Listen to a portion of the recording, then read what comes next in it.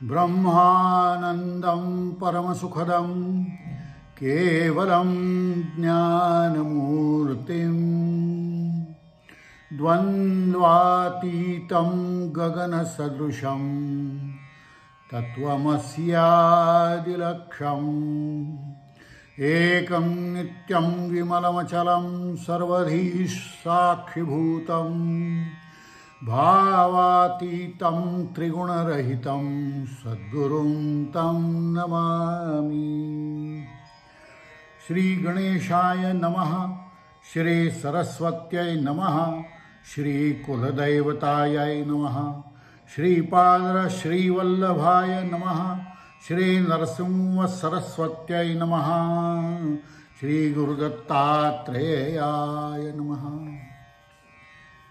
काल आपण दत्तजन्माची कहाणी पाहिली। आज आता श्रीपाद श्रीवल्लभ यांचा जन्म कसा काय झाला याविषयी आपण पाहणार आहोत। दत्तजन्माचे एक प्रमुख रहस्य आहे। कुठलाही दत्तावतार हा जन्मतः वेद बोलत असतो। मग ते नरसिंह सरस्वती असो, श्रीपाद श्रीवल्लभ असो, जन्मतः त्यांना वेद पाठ असतात। आता ह्या पुढच्या अध्यायामध्ये नामधारक सिद्धांशी बोलतो आहे। अमरीशाची कहाणी आपण त्यात ऐकली आणि त्यानंतर त्रैमूर्तीतून दत्तजन्म कसा झाला याची मोठी सुरस अशी अनुसूयेची कहाणी पण आपण ऐकली। मत्स्यकूर्म वराह नराचा देह सिंहाचे मुख वामन रूप झाला भिक्षुक झाला ब्राह्मण क्षेत्रकर्म दशरथाचे कुळी जन्म प्रख्यात अवतार श्रीराम राजा होनी मागुती जन्म गवळ्या घरी गुरे राखी। पहा असे वेगवेगळे अवतार आहेत। रामावतार, कृष्णावतार।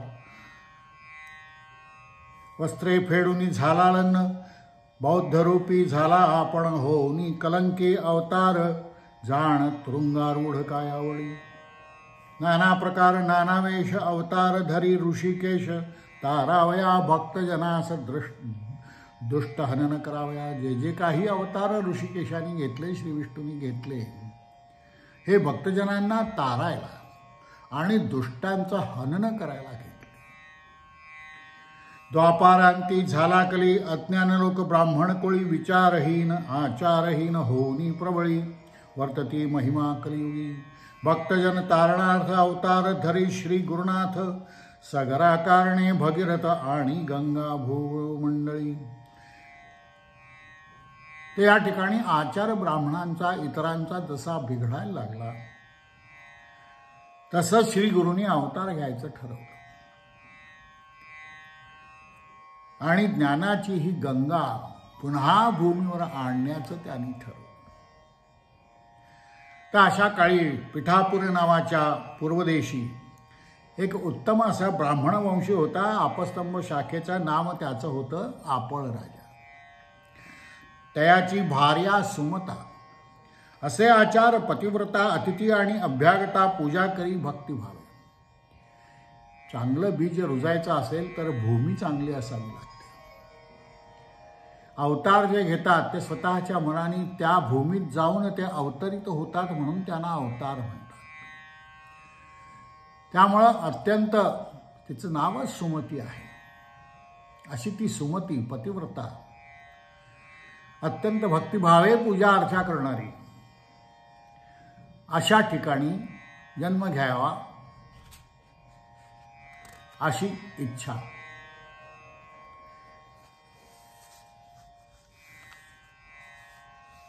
आला दत्त अतिथी वेशी श्राद्ध होते अमावास्येसी। विप्रा घरी ते देखा न जेविता ब्राह्मण घरी दत्ता भिक्षा घाली ते नारी। खरं म्हणजे श्राद्ध पक्षाच्या दिवशी ब्राह्मणांना जेवण घातल्याशिवाय इतरांची भिक्षा सुद्धा होत नाही। परंतु तिला काय बुद्धी झाली पहा सुमतीला। दत्त जेव्हा भिक्षुक वेशाने आले, अतिथी वेशाने आले, त्यावेळी तिने हा विचार केला नाही. तिला एकच दिसलं की आपण अतिथीचं पूजन करणं आवश्यक आहे, त्याला त्याचं उदर संतोष करणं आवश्यक आहे. त्यामुळे दत्तात्रय साक्षात्कारी स्वतः एवढा नियम हे करून झाल्यानंतर तिने असं केल्यावर, भिक्षा घातल्यानंतर तो प्रसन्न झाला. दत्तात्रय साक्षात्कारी प्रसन्न झाला ते वेळी त्रैमूर्तीचे रूप घेऊन स्वरूप दाविले अतिगयाने. आपलं अत्यंत गहन असं स्वरूप त्या सुमतीला त्या दत्तात्रयाने दाखवलं. आणि मग तिला म्हणाला, हे माते, मी प्रसन्न आहे तुझ्यावर, तुला जे काही मागायचं ते माग. जी काही तुझ्या मनी वासना असेल, पावसे त्वरित म्हणत असे, ती नक्की त्वरित पावन होईल. आता स्वामींचं असं वचन ऐकल्यानंतर विप्रवनिता करी चिंतन विनवित असे करद्वय जोडून नाना परिस्तवून, या तिने त्यांच्या अत्यंत स्तुती केली की आता बाबा तू म्हटलास आहेस, मला माता म्हटलंयस. माझे मनी असे जे आर्ता पुरवावी, ते देवराया तू कृपाळी सर्वाभूती वेद पुराणी वाखाणती. केवी वर्णावी तुझी कृती कीर्ती, भक्तवत्सला कृपानिधी. मिथ्या नोहे तुझा बोल, जे का ध्रुवासी दिधले पद अढळ. तुझे बोल कधीच मिथ्या जाणार नाहीत याची मला खात्री आहे. त्यामुळे वासना माझ्या मनी काय आहे, तर आता मी तुला बोलून दाखवते. माझे वनींची वासना पुरवावे जगज्जीवना अनाथ रक्षका, नारायणा म्हणून चरणा लागत असे. आणि तिचं असं करुण असं बोलणं ऐकल्यानंतर त्रैमूर्ती संतोषित झाले. करधरीला आश्वासनी सांग जननी म्हणत असे, तव बोलली पतिव्रता स्वामी जे निरोपली. आता तुम्ही मला काय म्हणाला, जननी. जननी नाम मज ठेविता, करा निर्धार याच बोला. पुत्र मज झाले बहुत, नव्हे तर स्थिर उपजत मृत. अरे मला आतापर्यंत बरेच पुत्र झाले, काही उपजतच मृत झाले, आणि जे आहेत, जे वाचले आहेत ते अक्षहीन आणि पादहीन असे आहेत, त्यांना दिसत नाही आणि हातपाय नाहीत, अशा स्थितीत आहेत.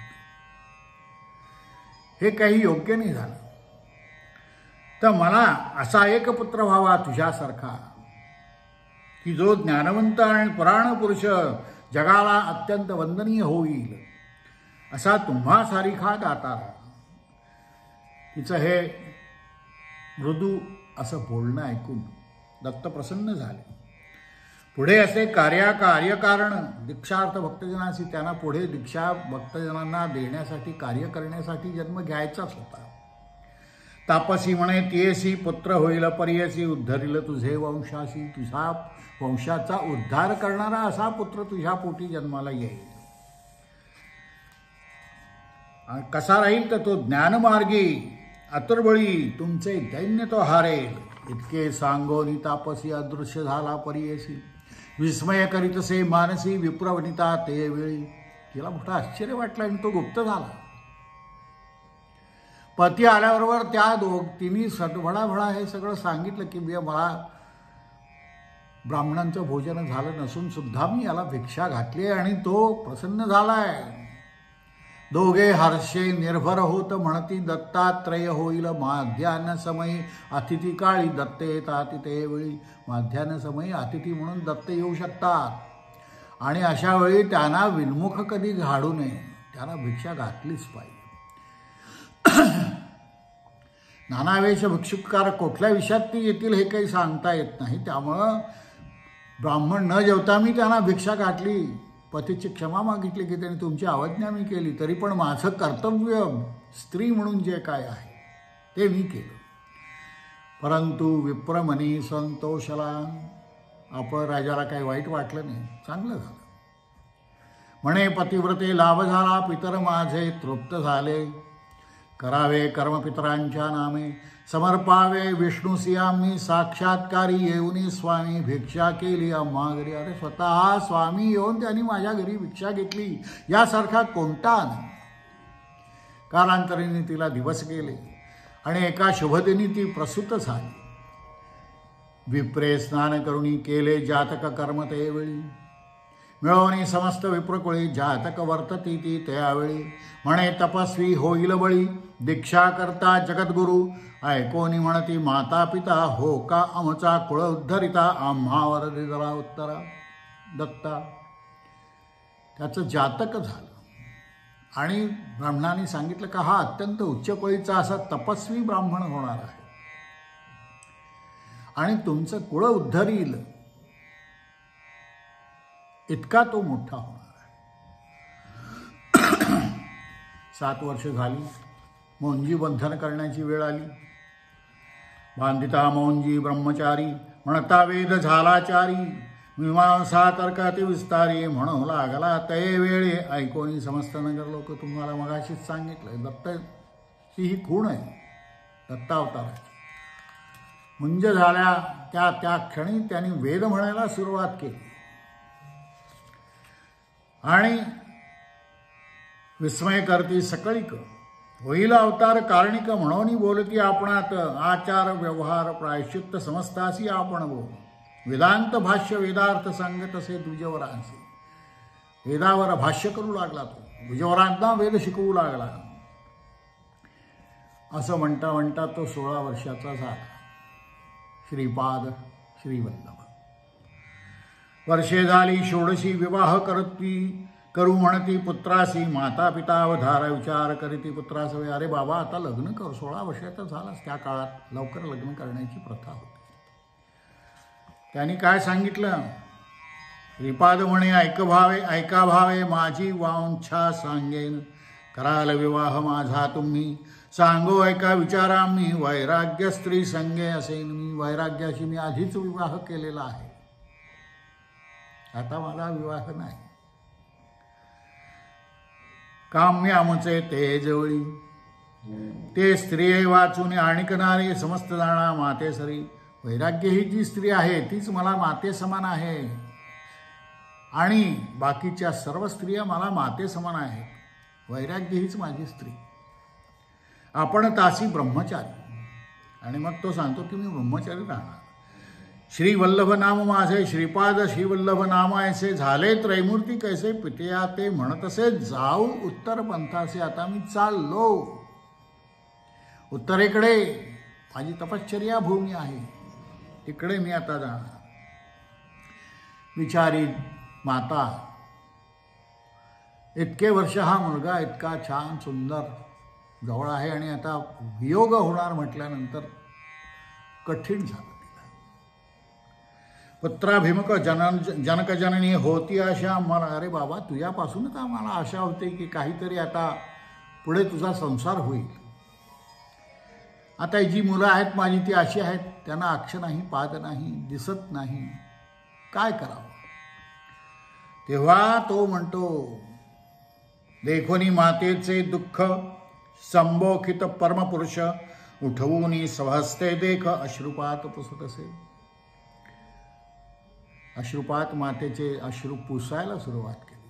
माते तुझी चिंता मला आहे. तुझ्या पोटी मी जन्माला आलो आहे. माझं कर्तव्य मी केल्याशिवाय इथून जाणार नाही. तू काही चिंता करू नको. जे मागती ते देईन तू ते. दृढ धरोनी चित्ता ते रहा सुखे म्हणून या. दुःख पूर्ण विसरले. अरे बाबा तू आताच आम्हाला म्हातारपणी पाळशील म्हणून आम्हाला दुःख झालेलं सुद्धा आम्ही सगळं गिळून टाकलं. पुत्र आहेत 2 पण ते असे पांगुळ अक्षहीन. आता त्यांना कोण पोषणार आणि आम्हाला आमचं रक्षण कोण करणार ही चिंता मातेला होती. ऐकोनी जननीचे वचन अवलोकी अमृत दृष्टी करून पुत्र दोघेही झाले सगुण आली दृष्टी चरणालिक. त्यांनी नुसतं अमृत दृष्टीने पाहिलं त्या 2 आपल्या भावांकडे. त्यांना दृष्टी आली.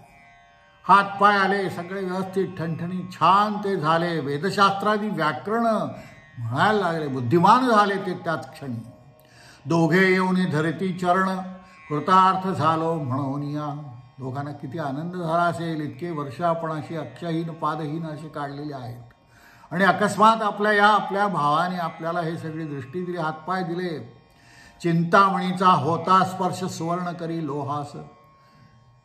चिंतामणीचा स्पर्श झाल्याबरोबर लोखंडाचं सोनं होतं. तसं याच्या दृष्टिक्षेपातून आमचं हे कल्याण झालेलं आहे. आणि त्याच वेळी आश्वासुनी त्यावेळी दिधलावर तात्काळी पत्रपौत्री नांदा प्रबळी श्रेयायुक्त सनातनी. पुत्रपौत्र होतील, सुंदर छान राहाल, तुम्ही महाज्ञानी व्हाल, फक्त आईची सेवा करा. पावा सुखी सुख महाज्ञानी. इह सौख्या इहाशी इह लोकाशी तुम्ही सौख्य पावा, तुम्ही शतायुषी व्हाल, असं आईला आश्वासन दिलं. अखंड लक्ष्मी यांचे घरी, यांचे वंश परंपरी, कीर्तिवंत सचराचरी संपन्न होती वेदशास्त्र. यांची कीर्ती अखंड होईल. आमची अवज्ञा न करता आता मात्र मला निरोप द्या. तुमची सगळी जी काय पुढची चिंता होती ती मी सगळी मिटवलेली आहे. 2 एवढे छान पुत्र तुला इतके सगुणी करून दिलेले आहेत. सांगोन मात्या पित्यासी, अदृश्य झाला परियसी, पावला पुरी काशी. गुप्त रूपे होता तेथे, आणि तो काशीला गेला. श्रीपाद शिवल्लभ त्या ठिकाणी गुप्त रूपाने ते राहिले. आणि तेथून बद्रीवनाला जाऊन नारायणाची भेट घेऊन त्यांना सांगितलं की मी अवतार झालाय मनुष्यदेही, लोकांची दीक्षा करायची आहे, त्यांना ज्ञान द्यायचं आहे, त्यांचे जे गैरसमज अज्ञान आहे ते घालवायचं आहे, आणि हेच माझं कार्य. आणि म्हणून आता मी तीर्थाटन करीन. मनोविगी आक्रमण आले तीर्थ गोकर्णासी, गोकर्णाच्या तीर्थी ते आले. ऐकोनी सिद्धमुनीचे वचन विनवी नामधारक आपण, ते परिसा श्रोतेजन म्हणे सरस्वती गंगाधरू. इति श्री गुरुचरित. या ठिकाणी ही कथा संपते आहे. आणि पुढच्या अध्यायामध्ये आपण गोकर्ण महात्म्य काय आहे याविषयी आता आपण विचार करणार आहोत. आता या अध्यायामध्ये काय पाहिलं आपण? उपलब्ध माहितीप्रमाणे कलियुगात श्रीपाद श्रीवल्लभ हा दत्तात्रेयांचा पहिला अवतार आहे. परंतु या अवताराविषयी जास्ती माहिती उपलब्ध नसल्यामुळे जास्त कोठेच काही लिहिता येत नाही. पिठापूर गावी ते जन्माला आले हे आपण सांगितलं. आपळराजा नावाच्या अपस्तंभ ब्राह्मणाच्या घरी त्यांचा जन्म झाला अशी माहिती श्री गुरुचरित्रावर मिळते या चरित्रातून. असं दिसतं की माहूरप्रमाणे पिठापूरही श्री दत्त म्हणून पूर्वीपासूनच प्रसिद्ध असावे. प्रत्येक तीर्थक्षेत्राचे वर्णन करत असता सरस्वती गंगाधराने पिठापुरी दत्तात्रेय देवे वास केला सनातने असं म्हटलेलं आहे. आपळराजाच्या भार्येचं नाव सुमती होतं. त्यांच्या घरी पितृश्राद्ध होतं आणि श्राद्ध म्हणलं म्हणजे ते अपराह्न काळीच व्हायचं. त्या दिवशी मध्यान्ह काळीच भुकेलेला अतिथी दारापाशी आला. वास्तविक श्राद्ध घालाखेरीज त्याला भिक्षा घालणे हे श्राद्धाच्या नियमाला अनुसरण नाही. परंतु त्या माऊलीला त्याला तसं परत जाऊ देणं बरं वाटलं नाही. तिने त्याला भिक्षा घातली. ती तिच्या परीक्षेचीच वेळ होती. तिचा तो मायाळूपणा पाहून अतिथीविषयाने आलेले दत्तात्रेय प्रसन्न झाले. नाना वेश भिक्षुक रूप दत्तात्रेय येती साक्षेप अशी दत्तात्रेयांची प्रसिद्धी पूर्वीपासून आहे. प्रसन्न होऊन दत्तात्रेयांनी तिला आत्मस्वरूप निजस्वरूप दाखवलं आणि माग माते जे इच्छिसी जे जे वासना तुझे मानसी पावसी त्वरित असं सांगितलं. सुमती ही पुत्रवंती असूनही निपत्रिक होती, कारण तिला पुष्कळ संतती झाली परंतु बहुतेक जगलीच नाही. जी काही थोडी मुलं जगली त्यात कोणी आंधळे कोणी पांगळे कोणी अर्धवट असे असल्यामुळे तिनेच म्हटल्याप्रमाणे योग्य नाही झाले कोणी. काय करावे मूर्खपणाने असोनी नसती येणे गुणी पुत्राविण काय जन्म. तिने ताबडतोब तुम्हीच माझ्या पोटी या जननी मज नाव ठेवता करा निर्धार याच बोला असं मागणं मागितलं. तेव्हा तिच्या पोटी जन्माला येणं त्यांना भाग पडलं. तेच श्रीपाद श्रीवल्लभ यथापाधी त्यांचे सारे संस्कार होऊन 8व्या वर्षी मुंजीवंदन झाले आणि तेव्हापासून ते अध्यापनाचं कार्य करू लागले. वयाला 16 वर्ष झाली तेव्हा लोकरीतीप्रमाणे आईबाप त्यांच्या लग्नाचा विचार करू लागले. परंतु योगस्त्रिये वाचून इतर कोणाशी विवाह करणे नाही असे निक्षण सांगून त्यांनी आईबापांची परवानगी मिळवली आणि त्याच वेळी जाणे असे उत्तरपंथा दीक्षा द्यावया साधूजना असा आपला अवतार कार्य आहे हेही थोडक्यात सांगितलं.